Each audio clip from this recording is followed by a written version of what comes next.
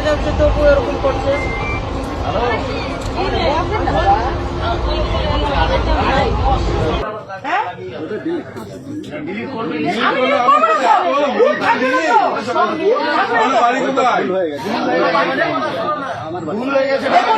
প্রথমে ভিডিওটা আপনি দেখলেন যে ও নিজের ভিডিও দেখছেন। নিজের ভিডিও করতে করতে ভিডিওটাকে ক্যামেরাটাকে খুব আস্তে করে এই বাঙালি হিন্দু যে মেয়েটি পাশে বসে আছে তার দিকে করলো এবং তার শারীরিক যে ছবি সেই ছবিটি ক্যামেরাটাকে ঘুরিয়ে আমার বোনের ভিডিওটা করলো। তা করতেই আমাদের বোন বুঝতে পেরে যায় যে খুব লুকিয়ে এরকম একটা ভিডিও তৈরি করা হচ্ছে এবং এই মেয়েটি প্রতিবাদ করে।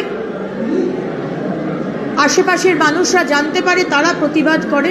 কিছুদিন আগে নবদ্বীপ থেকে বালুরঘাট যাওয়ার পথে বালুরঘাট এক্সপ্রেসে এক ব্যক্তি এক মহিলার ভিডিও করতে গিয়ে ধরা পড়ে।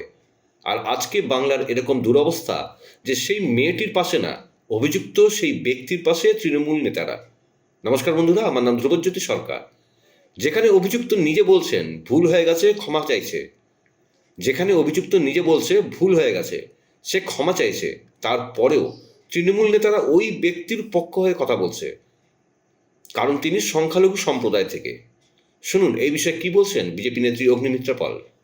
আজকে এই ঘটনাটি যেভাবে এই তৃণমূল সরকার, মমতা ব্যানার্জির সরকার এই পুরো ঘটনাটাকে যেভাবে রাজনীতির রং লাগাবার চেষ্টা করলো, একজন মেয়ে সে যে ধর্মের হোক তাকে তার সাথে অভদ্র ব্যবহার করা হলো, সেই বিষয়টাকে ধামাচাপা দিয়ে ঘটনাক্রমে এই যে অসভ্য ব্যবহার করেছে আমার বোনের সাথে, সে একজন সংখ্যালঘু সম্প্রদায়ের মানুষ যার নাম মফিকুল ইসলাম। তাকে নিয়ে তৃণমূল রাস্তায় নেমে গেল রাজনীতি করতে। আমরা অবাক হলাম, এ কোন পশ্চিমবঙ্গ যেখানে একটা মেয়ে ট্রাভেল করছে, তার কাছে ভিডিও ফুটেজ রয়েছে যে তার পাশে বসা লোকটি সে তার বডির স্ট্রাকচারের ভিডিও নিচ্ছিল। পুলিশ সেখানে অ্যাকশন না নিয়ে সেখানে দেখা যাচ্ছে তৃণমূলের ফারাক্কার বিধায়ক মনিরুল ইসলাম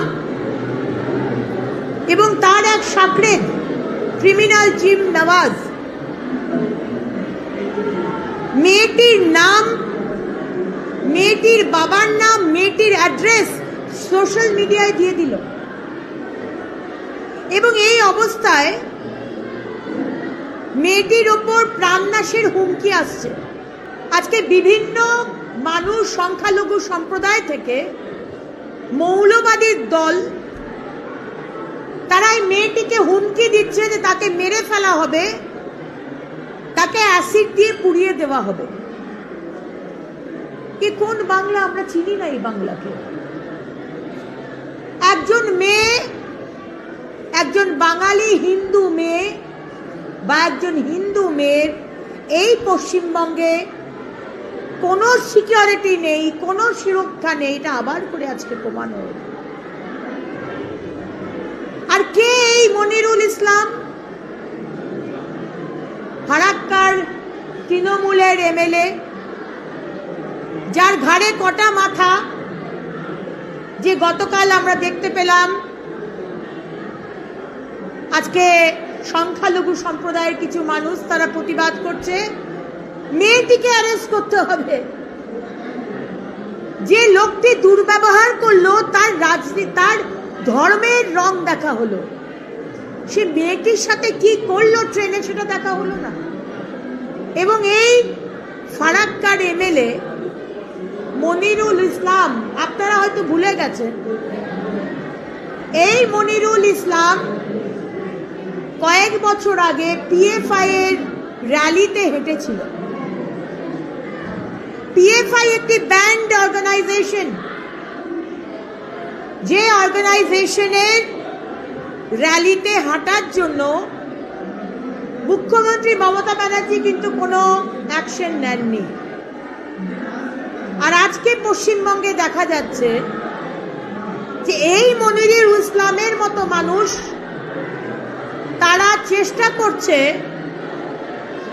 পশ্চিমবঙ্গকে বাংলাদেশ করে তোলা। ওপারে বাংলাদেশে হিজবুল তাহিরি, আর এপারে হচ্ছে মনিরুল ইসলামের পিএফআই এর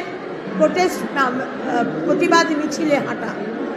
আজকে ট্রেনে একটি পাবলিক ট্রান্সপোর্ট, যেখানে সবার সামনে এই লোকটি অসভ্য ব্যবহার করলো, সেখানে পুলিশ তার এগেনস্টে মুখ্যমন্ত্রী মমতা বন্দ্যোপাধ্যায়ের নির্দেশে মেয়েটির এগেনস্টে কেস করা হচ্ছে, কিন্তু যে দোষী তার কোনো সাজা হচ্ছে না।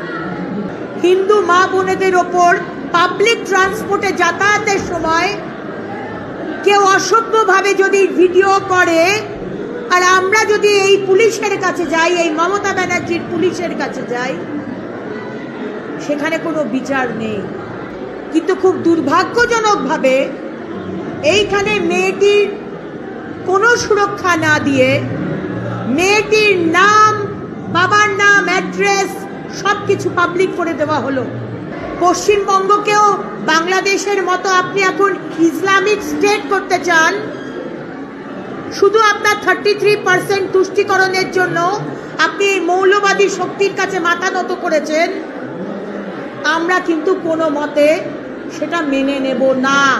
বন্ধুরা, ভিডিওটি ভালো লাগলে দয়া করে লাইক শেয়ার করে দেবেন, আমাদের পেজটা ফলো করে নেবেন, আর আপনার মতামত কমেন্ট করে অবশ্যই জানান। ধন্যবাদ।